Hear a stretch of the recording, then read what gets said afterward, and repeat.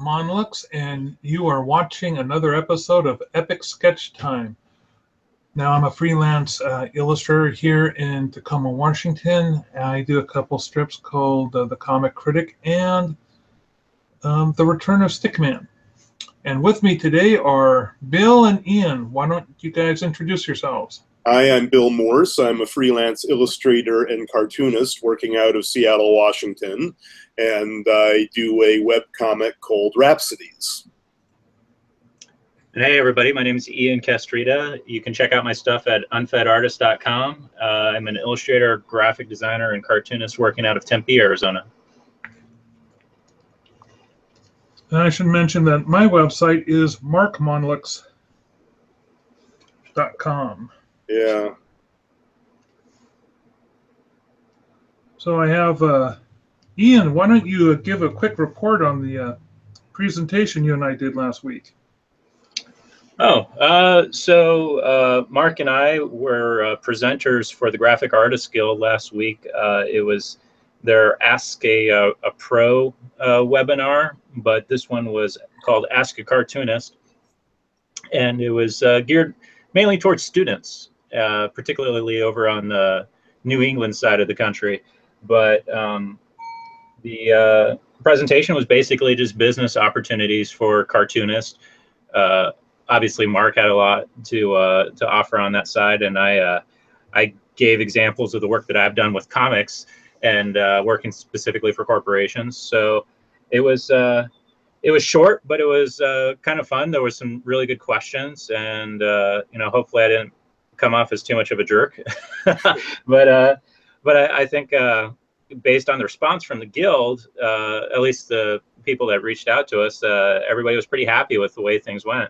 So I'm excited to see if anybody else reaches out to us. We did invite some people out to Epic Sketch Time, and if you're watching, we hope that you join us. But other than that, it was a good experience. First time I've done something like that.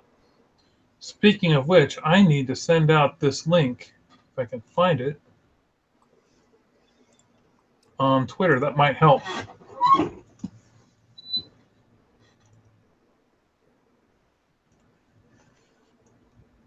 Bill, how are things going for you? How's Inktober? Yeah, pretty good. Pretty good, though I think I get this has been very glad that it'll be done tomorrow. For the most part, I've been pretty happy with my outcome. I only had about 3 drawings that I really consider duds. But otherwise, I found a few of them to be fairly inspiring. I'm kind of what I'm working on right now is kind of loosely based on my Token Frankenstein picture, where I was sort of getting an idea for sort of a more modern take on, let's call it a modern take on I Was a Teenage Frankenstein, or at least very young 30-something Frankenstein. I was sort of getting the idea of, partially from rewatching Bride of Frankenstein, as well as that cartoon network cartoon Frankenhole, where I enjoy the presence of Dr. Pretorius as this sort of borderline enabler to a mildly reluctant Frankenstein. I gotta say, Bill, I like these sketches. The one in the middle is pretty cool. I'm so used to seeing your ink on Epic Sketch Time. I don't really see too many development sketches, but yeah, I'm trying to do more of them, and not to mention I'm trying to get better at doing stuff from scratch on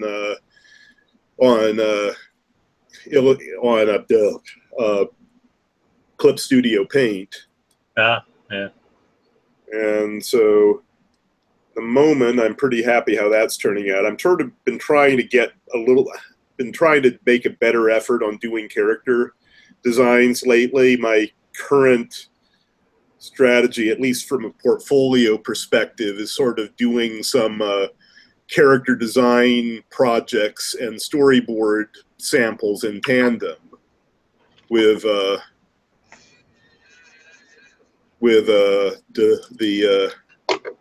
having the storyboard for something using a script or a concept most people are familiar with, but at the same time, design the characters to go with the storyboard project. Do you actually have like a story concept, like some kind of long form comic that you're thinking about doing? I briefly have it as sort of as an angle for a potential horror comic with a kind of eccentric young Frankenstein. But considering I might do a few samples of that, at the moment I'm not going beyond designs for a different version of Frankenstein angle, because I have a couple of other comic projects that I don't want to have other things interfere with. But, well, while I'm sort of considering my main other project, considering at the moment my main project that isn't Rhapsodies has a pretty in-depth script that I'm wasting a whole lot of time on, perhaps it might be in my interest to do a few strips where I have an idea of where everything is going, and considering a modernist take, a humorous modern take on Frankenstein might be simple enough to come up with a week's worth of samples.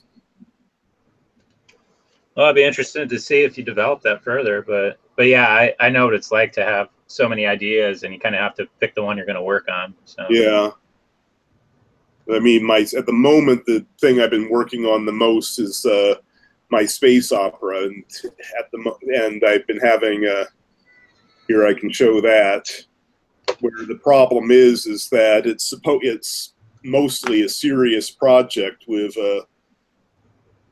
and suddenly I was going over what passes for a script in it, and only to realize that I don't have much of it besides the meet the cast stuff. So at the moment, I've been doing pieces of sample art for it.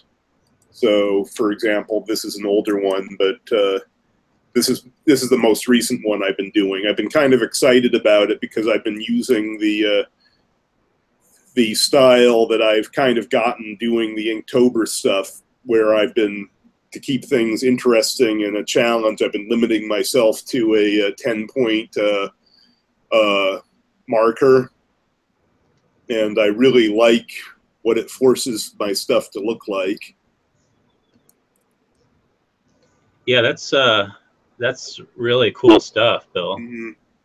Yeah, no, and so it's having me. I'm really excited about it, but at the same time, I need to sit down and focus on the writing, because there's I'm the first one to admit sometimes I get into the world building so much that I can't see the forest for the trees. So, Ian, have you done anything for Inktober, or have you been a little distracted by work?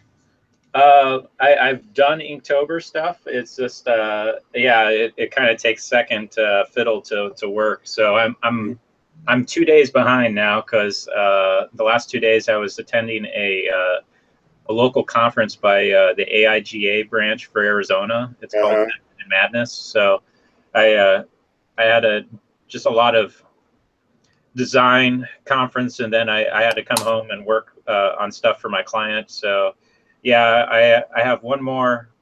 Well, excuse me, I have Saturday, Sunday, and today to catch up on. But otherwise, yeah, I've been posting on my Instagram account, and I've been pretty happy with the results. This past week, I've been doing a bunch of Donkey Kong stuff, which usually I don't like doing other IP, because I kind of feel like that's not to bust on fan art, but I kind of feel like it's more important to work on my own stuff, because I know what you mean. I have very mixed feelings about doing it's sort of fan art. For me is a catch-22. I don't want to do much of it for what you just said, but at the same time, as far as getting eyeballs on social media, that it's a brand of it's effective pandering. Yeah, I mean, I'm doing it for Inktober because I love it, right? Like I love video games, and I just kind of wanted to not really, stress out too much about it. I just kind of wanted to have fun little doodles, and Mhm. I'm actually enjoying it a lot. Like, but like I said, with fan art, it's like the most I could do is just kind of share this on social media. Like I can't sell the originals or something. I guess I Oh, could, exactly. but it's like I don't want to be, pushing some other, project or IP unless I'm, hopefully getting paid for it. So if Nintendo, if you're listening to this, knock at my door, let's talk. But otherwise, I love your stuff, and that's what Inktober's been about. So, Hmm. what about you, Mark? How's it going? I know you've been keeping ahead of the curve. Like I saw one of your posts, and you're like, oh, here's tomorrow's Inktober, and I'm like, oh man, I haven't even done today's. I was trying to keep ahead a couple of days because I was doing things like going on fishing trips, and I had a couple shows I was going to. But here are my pandering contributions. Yeah, that was great. I love that one. Actually, this one has gotten the most feedback, and people keep saying, "Oh, turn that into a print." It's 5 o'clock. So, and a UFO going into the Capitol building may not. It's obviously an homage to the attack of the flying saucers. But I'm seriously thinking about doing it as a print.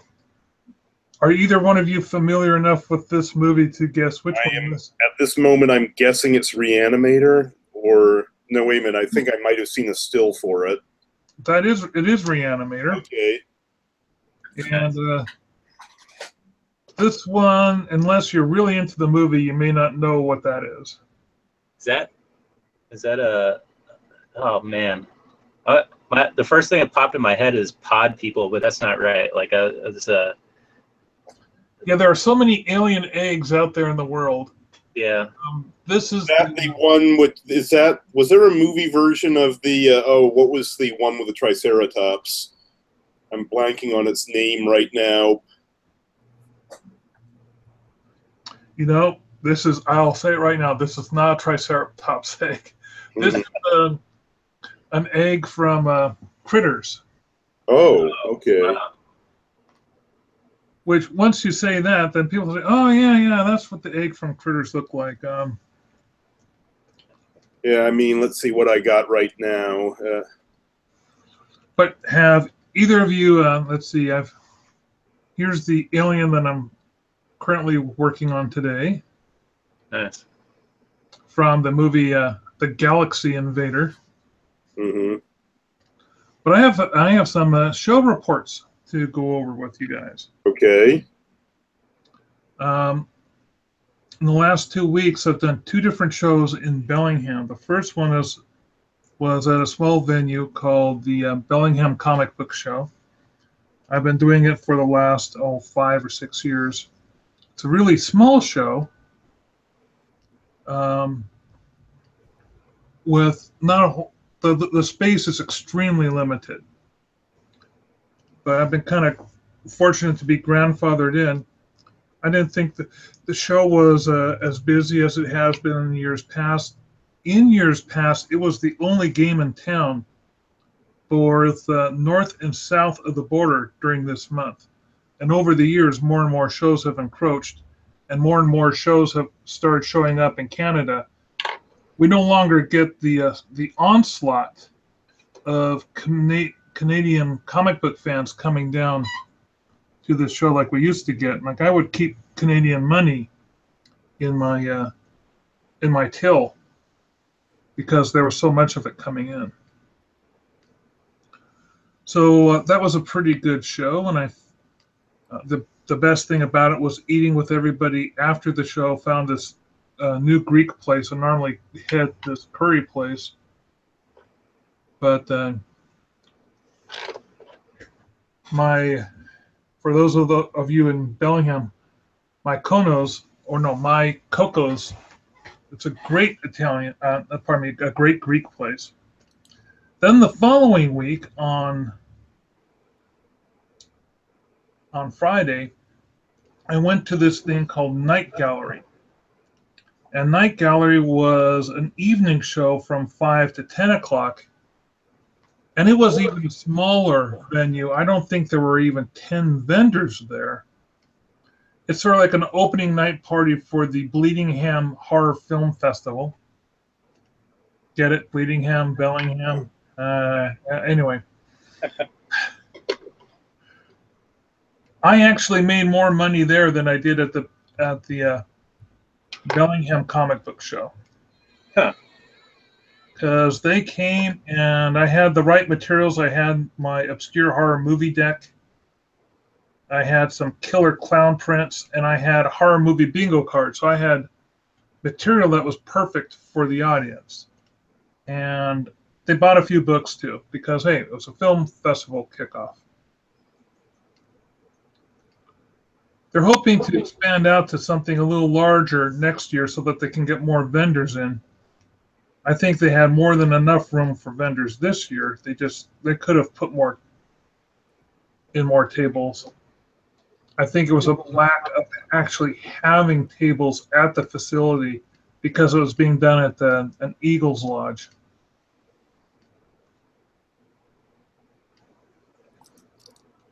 And I know I wasn't here last Monday because I was supposed to be on a fishing trip with my dad. Unfortunately, didn't catch any fish because the fishing trip got canceled due to either the waters in the rivers were either too low or at flood stage. So, yeah, it was a shame. So did you reschedule it? Or, I mean, you didn't cancel it completely, did you? Well, my brother rescheduled it, but he rescheduled it for this Monday, and I had too many other appointments already scheduled for this Monday. That's a shame. Yeah, especially since half the appointments for this Monday got canceled halfway through the morning. So, but the other half came through. So today has been sort of like an odd day. My pop is a fishing fanatic, but I'm just not that into fishing. But I try to go fishing with him when I can. It's just yeah, he has this, like, you know, every conversation is about fishing, or he has too many fishing poles, like too many fishing poles. Mm-hmm. It's like, why do you have so many fishing poles? Because I take it he's of the make his own flies school. He's not really a fly fisherman. He's a bait fisherman, and just like sitting there with a couple rods all at once, and just waiting for one of the tips to kind of like dip a little bit, because a fish is on it. So your dad and my dad would get along because my dad's got a garage filled with fishing poles, and he's always looking for the next one. Yeah.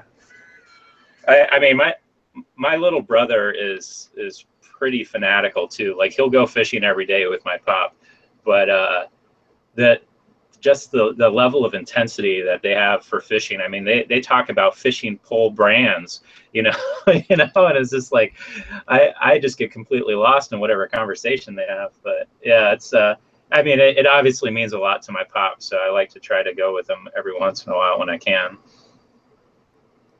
Yeah, my father's 85 these days, so every fishing trip we can get in it's a great day out. So we were, pretty bummed out. My brothers, who were also scheduled to go, they went to mushroom hunting instead. Oh, yeah, you mentioned the chanterelles. That's definitely something that we don't do too much of in Arizona. There are several types of mushrooms here that are kind of unique to the area, and they're very distinct looking, so the odds of you picking a poisoned one is fairly slim. Yeah, I've never got into mushroom hunting, but even though there's a few that I can safely identify. It's sort of like I wasn't raised to believe to know that some mushrooms are poisonous. I was raised to know that some mushrooms are edible, and unless you're absolutely, completely, totally sure, don't touch them.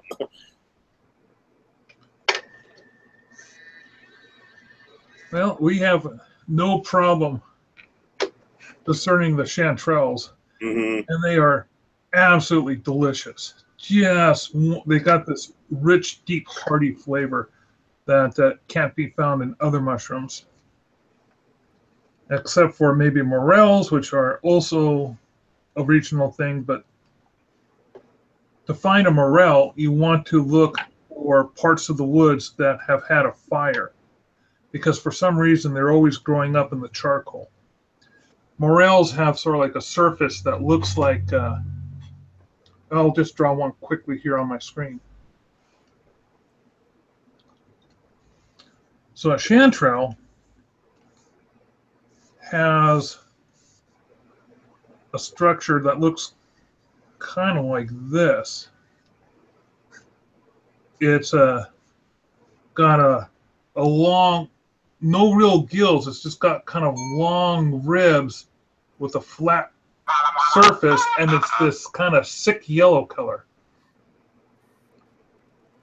And they really like wet climates. And a morel has a firm stalk like this, and then a tall thing that looks like, with really dark creases, it looks like a brain. Mm-hmm. And these are absolutely delicious, but they're not your classical,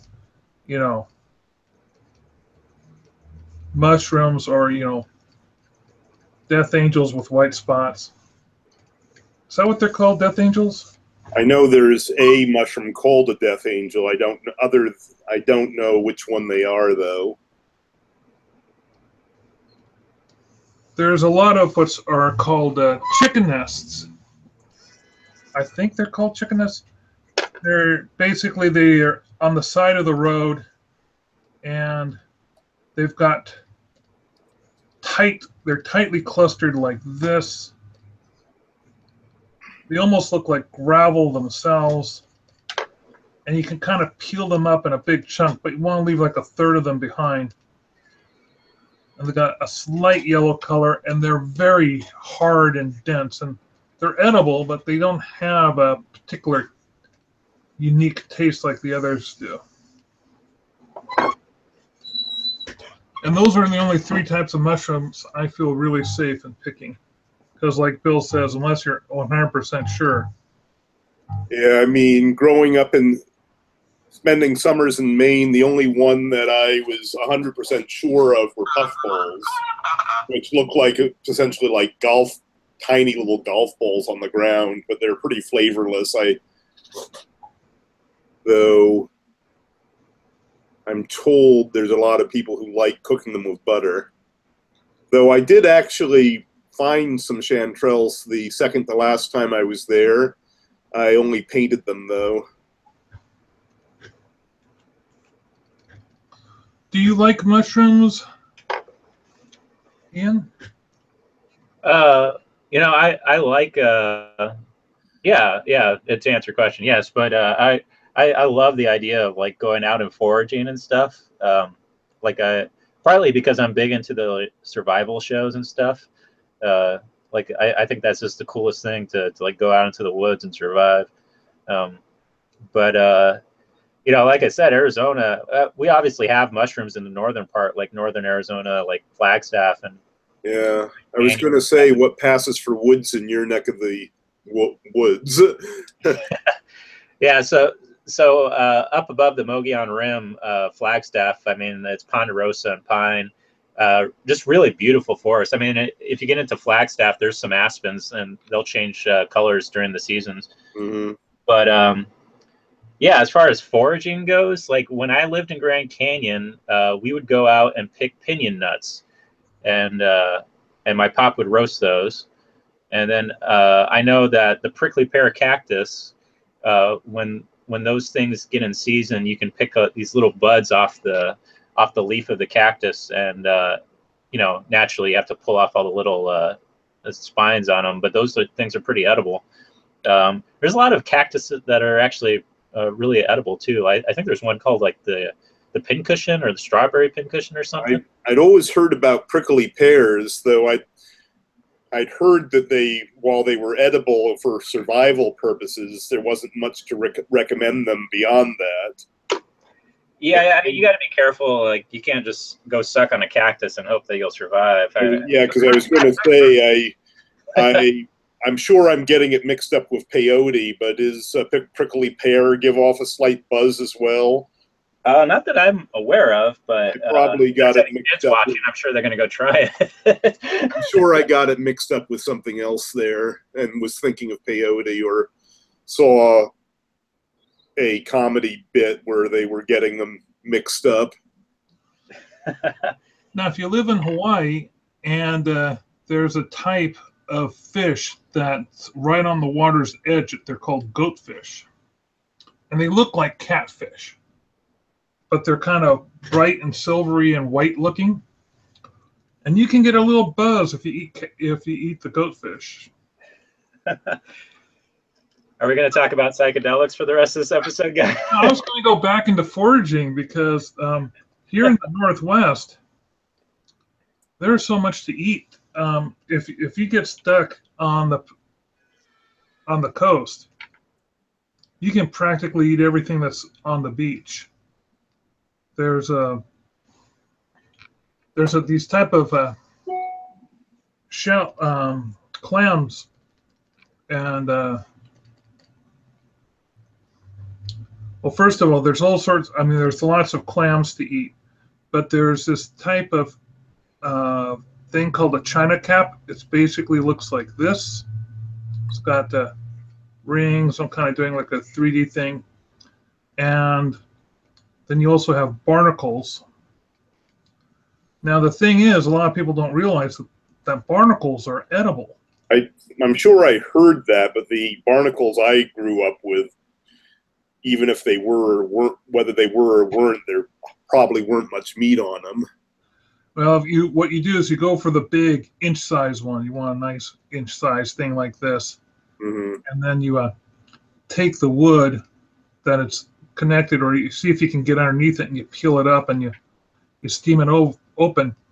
Now with the China caps, they lie flat, and they've got like this suction seal going around on the rock.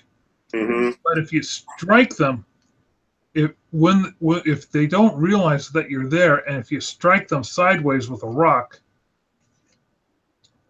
these things can be anywhere from 2 to 3 inches. And if you strike them sideways with a rock, they'll pop right off. If you try to grab them, then they really suck down, and there's no way you can move that thing. And then you have black mussels, and these got the hairs like this that connect them, and they're black, and the fibers are tough to get through them. They used to make chainmail, or rather, knights in the old days would harvest the mussel fibers and make rough shirts that were pretty much impenetrable to knife blades. Really? Yeah. So those are kind of tough to get off, and you can usually, and they're usually in clumps, though. So and then of course you have gooey ducks, but just butter clams, which are just like this, with little ridges. Those are usually anywhere from 1 to 2 inches wide, and those are the slow clams.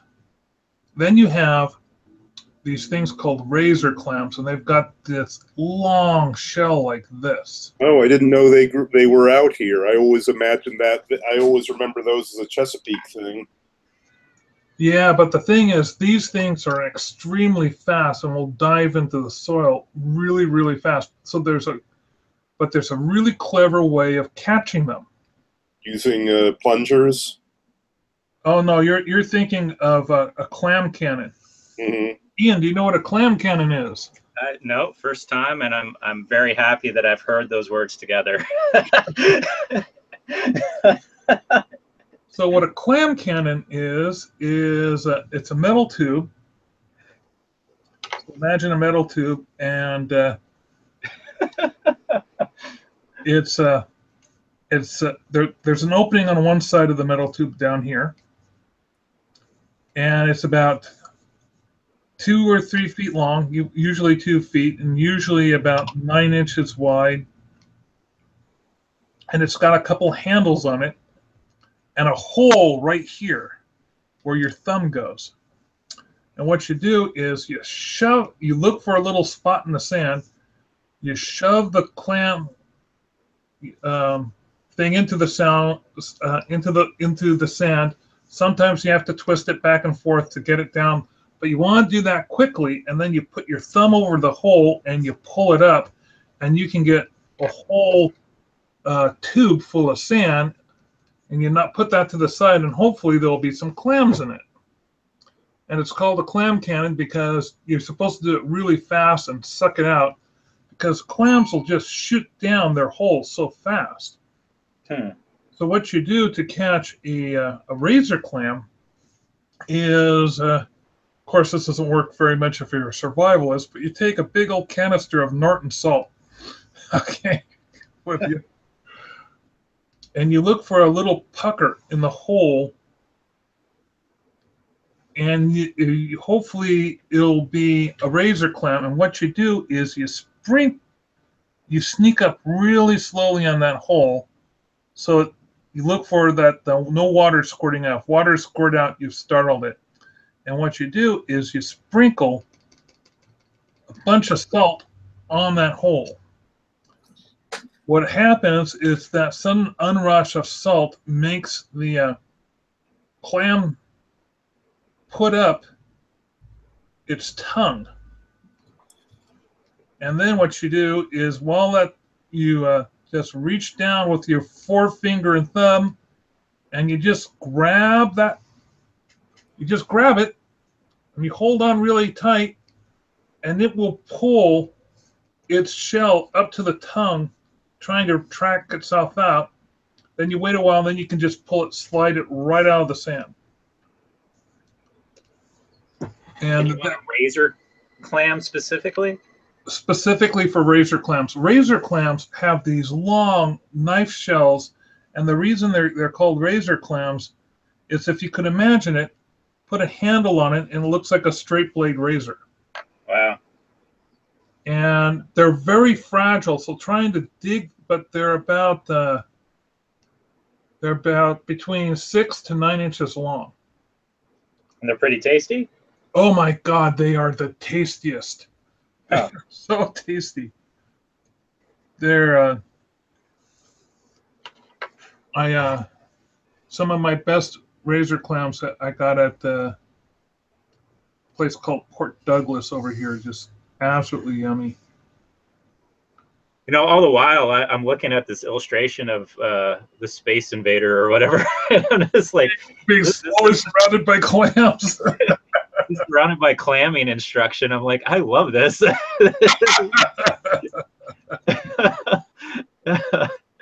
It's like having like the like a killer clown teach you like basket weaving or something.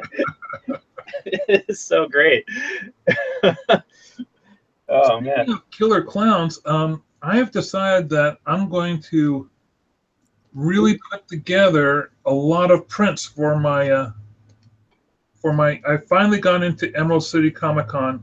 I've sent out the invoice, and I'm definitely going to go. But rather than, since I can't do my shirts, I'm going to do what everyone else does, and I'm going to sell prints. But I have all the ones from the obscure movie monsters. I'll just turn those into 11 by 17s. But my problem is, on most of those, I'll do a, well, no.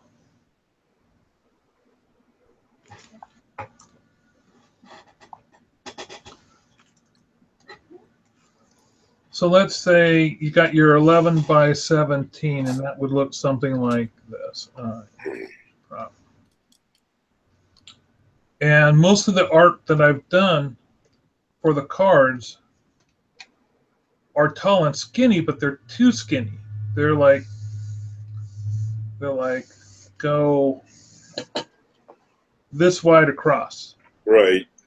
So I have this space to the side that I'm trying to figure out what to do. What someone suggested that I do was to take the image and on another layer expand out the image so that it's larger, and then do a dark tint over the top of it as sort of like a interesting little border treatment.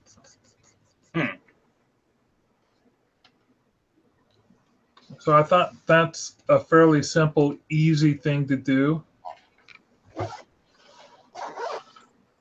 And why do you need to have that specific size again? Is it just because it's more Because they were originally for playing cards. Why do I need to have that specific 11 by 17, or why did I? Oh, the reason I had that size for the artwork initially was because the playing cards. Here's my playing card. Okay. And then you had your, say your ace of spades.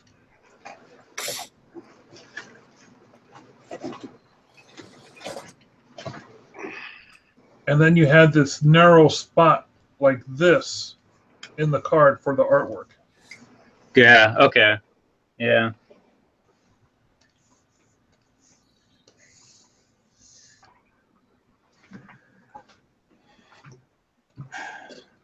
So I've been selling the killer clown prints. Those have been going over pretty well. So I thought there's a couple images that have really grabbed a lot of people's attention.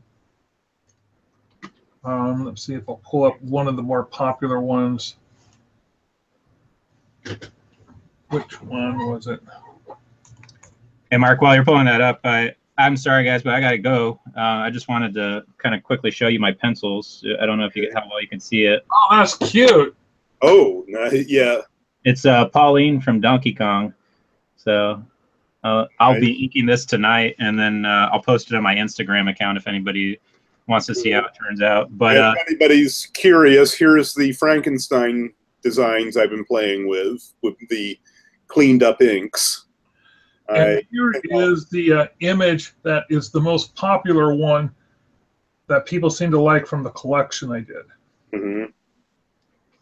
It would be interesting to sell those at their current aspect ratio, Mark. I don't know if that's like a production issue, though. Like you need to get them cropped and pay extra for that or something. But I think the uniqueness of that kind of look, I mean, if that was framed or something, that would really stand out. So anyway. Well, it's a matter of, how cheap it is to get something printed 11 by 17, and that's what everyone has boards for and stuff. So yeah. Filling out the edges, I think, is probably going to be the best solution. Anyway, folks, this is, we're pretty much come to the end of another Epic Sketch Time. If you would like to participate on Epic Sketch Time, please contact me via my Twitter, which is @markmonolix.com. We send out invites via Gmail, and every Monday just get on our mailing list, and whether or not you can attend or not, we'll send you a invite. And once we have 3, we start broadcasting. So I'll see you guys next week. Okay. Have a good one all. Guys, take care.